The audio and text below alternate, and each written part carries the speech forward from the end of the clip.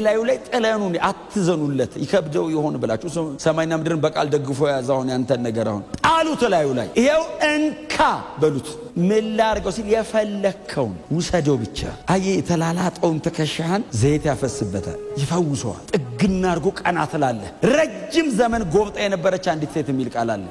ጎብጣ መጣች የድካም መንፈስ ላይ ዋላ ይላል ህመም አይደለም ስፒሪት ነው መንፈስ ነው አለ ኢየሱስ ጉባኤ ውስጥ ሁሌ ተመጣ ሰንበት ደሞ አቀርብ ደሞ እግር ጥሏት ኢየሱስ የመጣቀም መጣች እንዴት አይነት ነገር መጣ እንደዚህ ብላ ቁጭ ነይ ያላት መጣች የአብርሃም ዘር ናት አለ ኢየሱስ ከመፈወሱ በፊት ምን ማለት መሰለ እኔ አብርሃምን ስጠራው የድካም መንፈስ አላልኩም ማለት የአብርሃም ዘር ሆና ሳለ ይሄ በላዋ ላይ ተጭኗል አላው ነፃ ልትወጣው ይገባታል እኮ ነው ያለው ኢየሱስ ነፃ ላውጣሽ ብሎ ራርቶላት ብቻ እኮ እንዳይመስል ኪዳኑ ይፈቅዳል ነፃ እንድትወጣ ታዲያ ከላይዋ ላይ ሲሰብረው ቀና አለች